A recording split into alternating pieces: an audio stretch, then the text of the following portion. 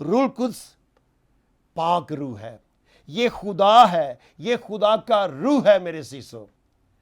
جو ایماندار کی ایک بلیور کی زندگی میں آتا ہے۔ تو آج چونکہ ایک بڑی یادگاری کا دن ہے، عید پینتیکوست یہودیوں میں، بنی اسرائیل میں جوش و خروش سے اس وقت بھی منائی جا رہی تھی، آج بھی منائی جا رہی ہے، شکر گزاری کی عید ہے، اور آج کے دن ہی روح القدس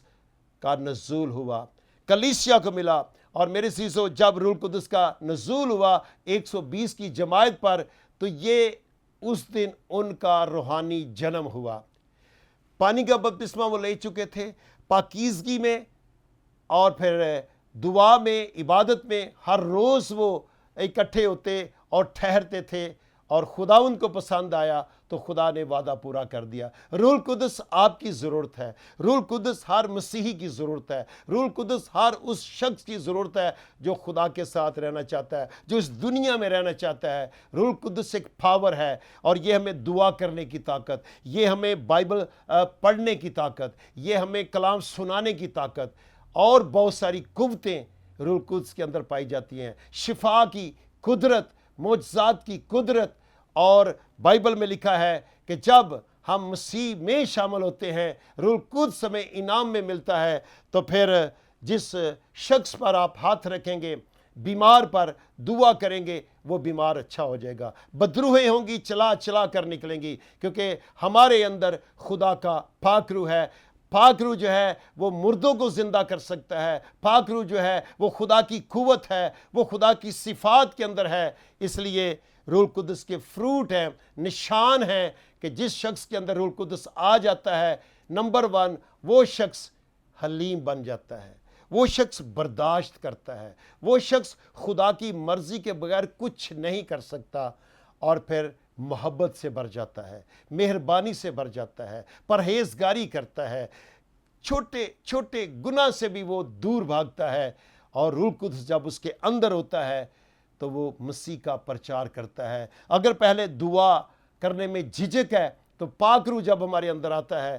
تو ہم دعا کرنے میں دلیر ہو جاتے ہیں، بائبل پڑھنے میں دلیر ہو جاتے ہیں، مسیح کا نام لینے کے لیے ایک عام شخص جو ہے وہ دلیر ہو سکتا ہے، کیونکہ روح القدس کسی خاص شخص کے لیے نہیں ہے، بلکہ ہر اس مسیحی کے لیے ہے جو پاک زندگی میں ہے، جو نئے سرے سے پیدائش رکھتا ہے، جو کلیسیا میں جاتا ہے، روٹی توڑتا ہے، دعا کرتا ہے، رفاقت رکھتا ہے چرچ میں، اور پھر خداوند میں مسرور رہتا ہے، رفاقت کرتا ہے۔ اور نیک اعمال جو ہے یہ راست بازی کے کام ہے۔ سو میرے عزیزو، کلیسیا کے اندر جب تک روح القدس کام نہیں کرتا، کلیسیا بڑھتی اور ترقی کرتی نہیں ہے۔ اور وہ کلیسیا جس میں روح القدس آتا ہے، لوگ روح القدس کے بیپٹزم لیتے ہیں، اور پھر وہ کلیسیا آسمانی کلیسیا بن جاتی ہے، کیونکہ روح القدس پاک ہے اور وہ پاکیزگی کو قائم رکھتا ہے۔ اس لیے بائبل ہمیں اس بات سے آگاہی کرتی ہے، جب تک روح القدس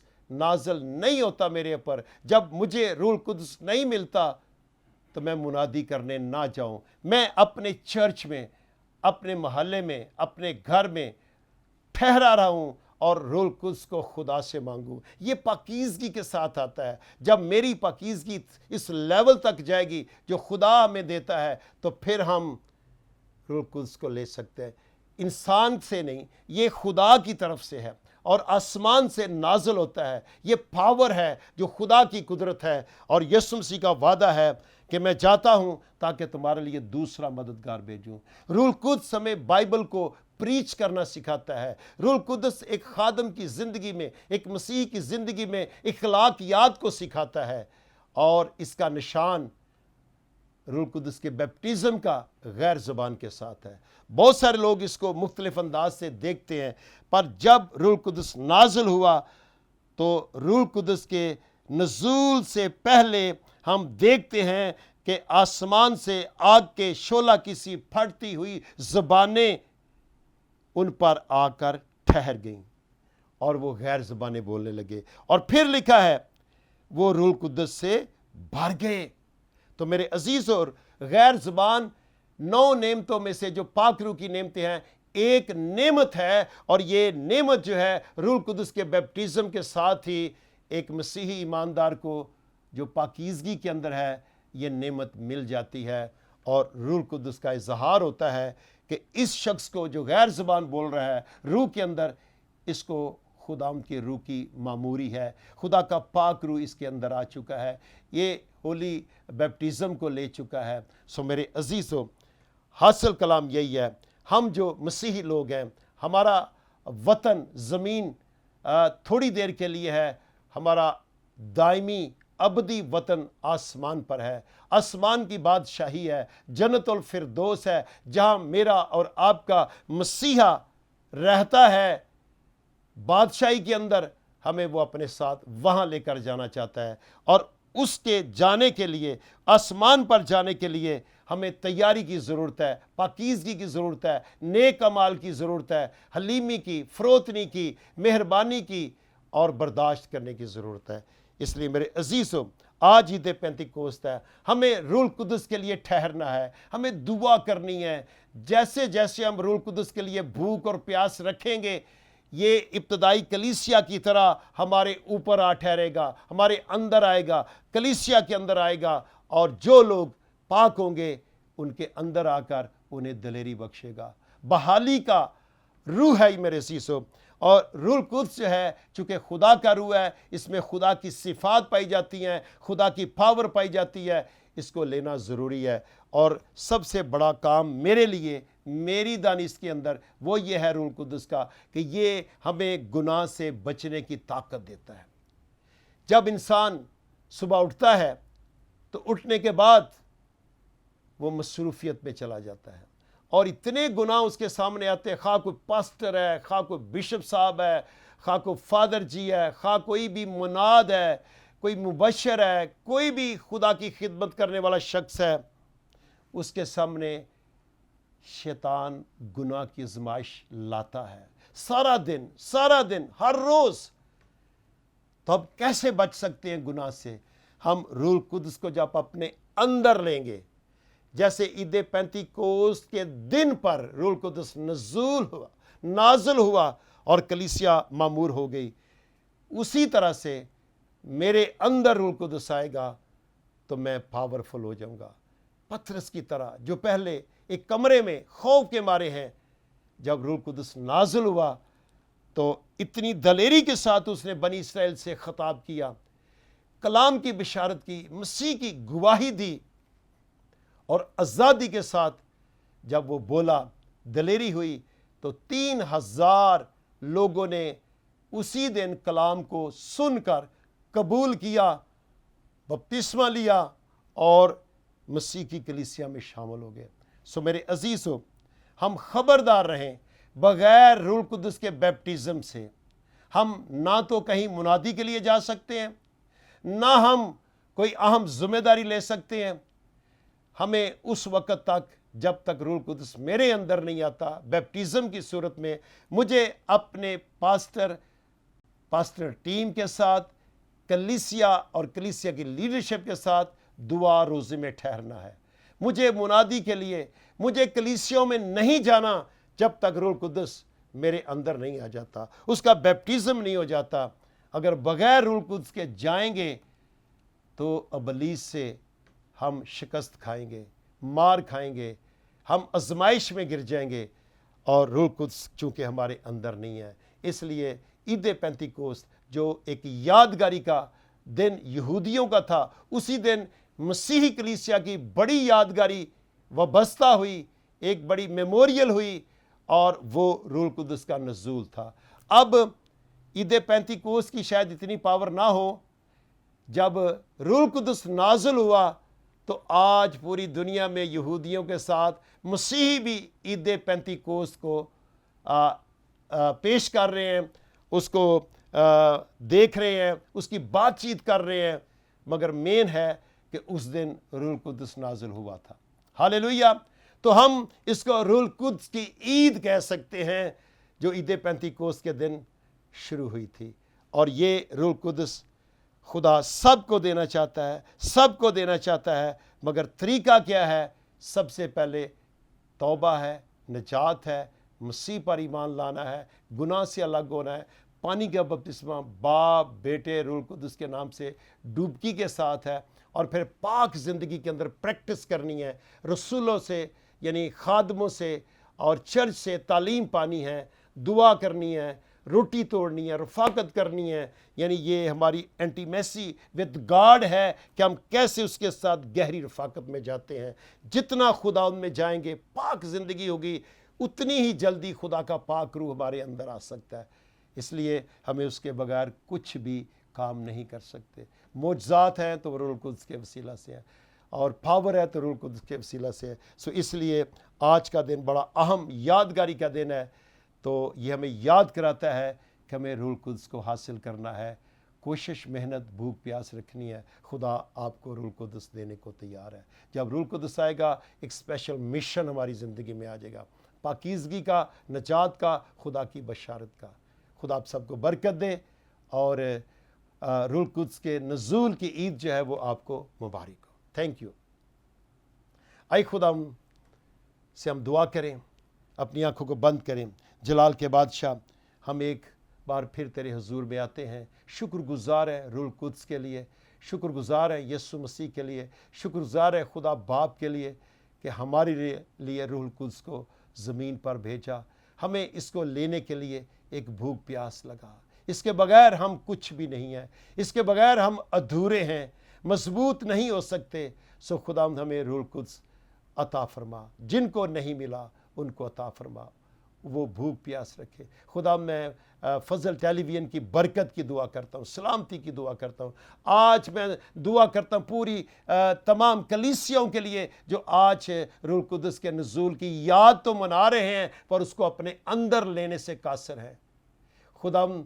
ان کو توفیق دے کہ پاک روح کو اپنے اندر لیں، دعا روزے میں ٹھہریں۔ اے خدا میں دعا کرتا ہوں وطن عزیز پاکستان کی سلامتی کے لیے۔ اے خدا اس وقت کی حکومت کے لیے تیرا شکر ہو۔ خدا بڑی برکت دے، بڑی برکت دے، اعلیٰ اداروں کو، حکومتوں کو خدا تو بلیس کر برکت دے۔ ہمارا ملک پاکستان ترقی کرے، اور اس میں تمام فیسلٹیز عام شخصوں کے لیے ہوں، تاکہ خدا بحالی کا کام ہو، بڑی برکت دے، نجات کا کام اس ملک کے اندر ہو۔ تیرا شکر ہو، یسوع مسیح کے نام سے، آمین۔